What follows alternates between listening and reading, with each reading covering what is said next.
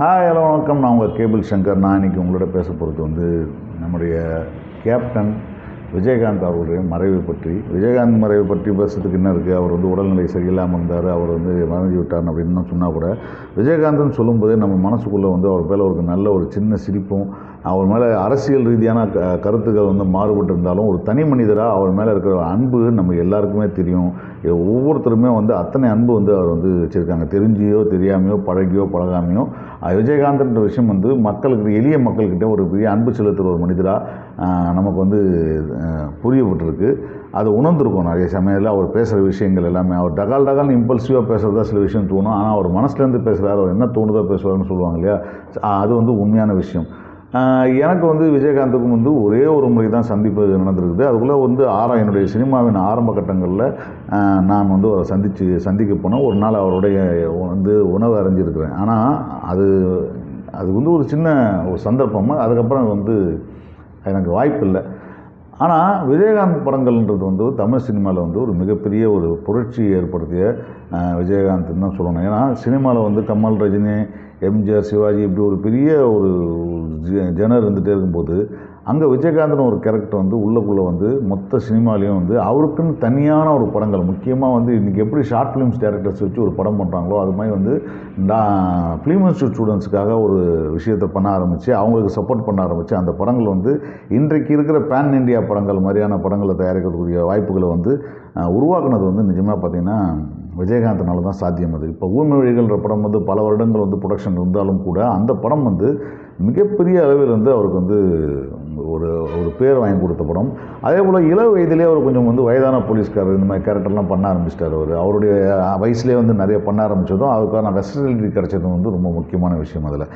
அதே போல் விஜயகாந்தோடைய ஈகை குணம் இப்போ நான் நிறைய வாட்டி கேள்விப்பட்டிருக்கேன். ரோகிணி லாட்ஜில் அந்த டைமில் போகும்போது நான் சாப்பிட போனேன்னு சொல்லி அப்போ கூட நிறைய பேர் சொல்லியிருப்பாங்க, அவர்னால் சாப்பாடு கேட்டு யாராவது ஒருத்தர் வந்தாங்கன்னா அவங்களுக்கு இல்லைன்னு சொல்ல மாட்டார். அது எப்போவுமே ரோகிணி லாட்ஜில் அவர் பேர் சொல்லியே சாப்பிட்டு போகலான்ற அளவுக்கு ரொம்ப ஃபேமன்ஸு ரோகிணி லாட்ஜில் அவர் தங்கிட்டு இருந்தபோது.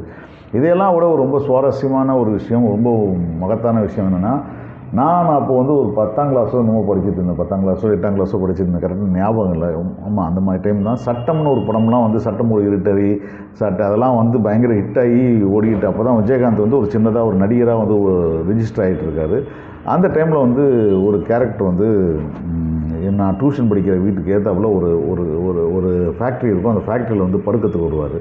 அப்படி படுக்கிறதுக்கு இருந்தபோது நைட்டு வருவார், ஒரு பால் சாப்பிடுவார், ஒரு பழம் சாப்பிடுவார், சாப்பிட்டுட்டு அவர் தூங்கிடுவார். தூங்கினதுக்கப்புறம் அவர் என்கிட்ட சொல்லுவார், நான் டெய்லி அவரை பார்க்கும்போது அவர் ஒருத்தர் வராருன்னு சொல்லிட்டு அவரை பார்த்து பேச ஆரம்பிச்சுட்டு வந்தபோது நான் சொல்கிறேன், நான் விஜயகாந்தோடைய நண்பர், நான் இங்கே அப்படின்னு சொல்லுவார். சரி ஓகே, அதை போய் சொல்கிறாரு அப்படின்னு. நமக்கும் சினிமா மேலே சின்ன வயசில் தானே அந்த ஆர்வம் இருந்துகிட்டே இருந்துச்சு.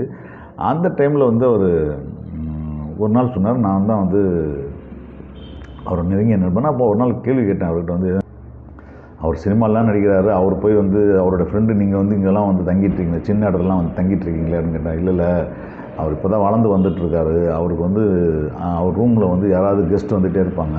ஸோ அதனால் ராத்திரிகளில் மட்டும் நான் படுத்துட்டு அடுத்த நாள் காலையில் நான் அவரோட இருக்க ஆரம்பிச்சிடுவேன் அப்படின்னு சொல்லும்போது எனக்கு ஆச்சரியமாக பிற்காலத்தில் அவர் அவருடைய நெருங்கிய நண்பர் யாருன்னு சொன்னால் தேவையில்லை, அவர் தான் அந்த நண்பர். நான் ரொம்ப சின்ன வயசில் தான் நம்பவே இல்லை. பிற்காலத்தில் நம்பிக்கை வரும்போது அவர் எல்லாருமே பெரிய ஆகிட்டாங்க. இந்த மாதிரியான விஷயம் எப்படி ஒரு நட்பு அவங்களுக்குள்ளே இருந்துச்சு, அந்த நட்புக்காக ஒருத்தர் வளர்ச்சிக்காக எப்படி விட்டு கொடுத்தாங்க, எப்படி விட்டு கொடுத்து அவங்களாம் அதில் பண்ணியிருக்காங்கன்றது ரொம்ப நெகிழ்ச்சியான விஷயம். இன்னி வரைக்கும் அவருடைய வேலை செஞ்சவங்க, அவருடைய நண்பர்களாக இருக்கிறவங்க, அரசியல் எதிரியாக இருந்தாலும் சரி, அரசியலில் வேறு கட்சி இருந்தாலும் சரி, வேறு கட்சியாக இருந்தாலும் சரி, அவங்களுடைய கருத்து ஒத்துக்காமல் இருந்தாலும் சரி, விஜயகாந்த்ன்றது ஒரு மிகப்பெரிய ஆளுமை. தமிழ் சினிமாவில் முக்கியமான பல சிறந்த படங்களுக்கு கொடுத்த ஒரு நடிகர். அவருக்குன்னு ஒரு தனி பாணியை உருவாக்கி அதில் வெற்றி பெற்றவர். அரசியலில் கூட பார்த்திங்கன்னா அவருக்குன்னு ஒரு தனி பாணியை யாரெல்லாம் எடுத்து ரொம்ப குறைஞ்ச காலத்தில் ஒரு எதிர்க்கட்சி தலைவராக வர அளவுக்கு ஒரு பெரிய இடத்துக்கு வந்தவர். அன்ஃபார்ச்சுனேட்லி அவர் உடல்நலம் கொட்டி போய் அவர் அதுக்கப்புறம் தீவிர அரசியல் எல்லாம் முடியாமல் போனாலும், ஒருவேளை அவர் தீவிர அரசியலில் இருந்திருந்தால் இன்றைக்கி ஒரு டஃப் கண்டென்ட்டாக இருக்கிற எல்லா திராவிட கட்சிகளுக்கும் எதிரான ஒரு கட்சியாக உருவாகியிருப்பார். சில சமயங்களில் ஜெயிச்சு கூட இருக்கிறதுக்கான வாய்ப்புகள் இருந்துச்சு. அன்ஃபார்ச்சுனேட்லி அவருடைய மறைவு தமிழ் சினிமாவுடைய மிகப்பெரிய இழப்பு. அதில் எந்த விதமான சந்தேகமும் கிடையாது. அவருடைய புகழ், அவருடைய ஈகைத்தன்மை, அவருடைய அன்பு காட்டும் தன்மை, இது எல்லாமே வந்து நமக்கு வந்து ஒரு வாழ்க்கையில் வந்து ஒரு மிகப்பெரிய ஒரு ஃபாலோ பண்ணக்கூடிய விஷயமா இருக்கணும். நம்மளும் வந்து அந்த அளவுக்கு, ஏன்னா ஒரு வாட்டி பேட்டியில் கூட சொல்லியிருந்தார் கஸ்தூரி ராஜா, அவருடைய பெண்ணுக்கு டாக்டர் சீட் வாங்கி கொடுத்த விஷயத்தை பற்றி சொல்லியிருந்தார். இந்த மாதிரி பல பேருக்கு அவர் செஞ்சுருக்காரு எனக்கு தெரிஞ்சு. என் நண்பர்களே சொல்லியிருக்காங்க நிறைய பேர். அப்பேற்பட்ட ஒரு மனிதர் நம்மளே இல்லைன்றது மிக வருத்தமான விஷயம். அவர் புகழ் என்றும் ஓங்குங்க. நன்றி, வணக்கம். கேபிள்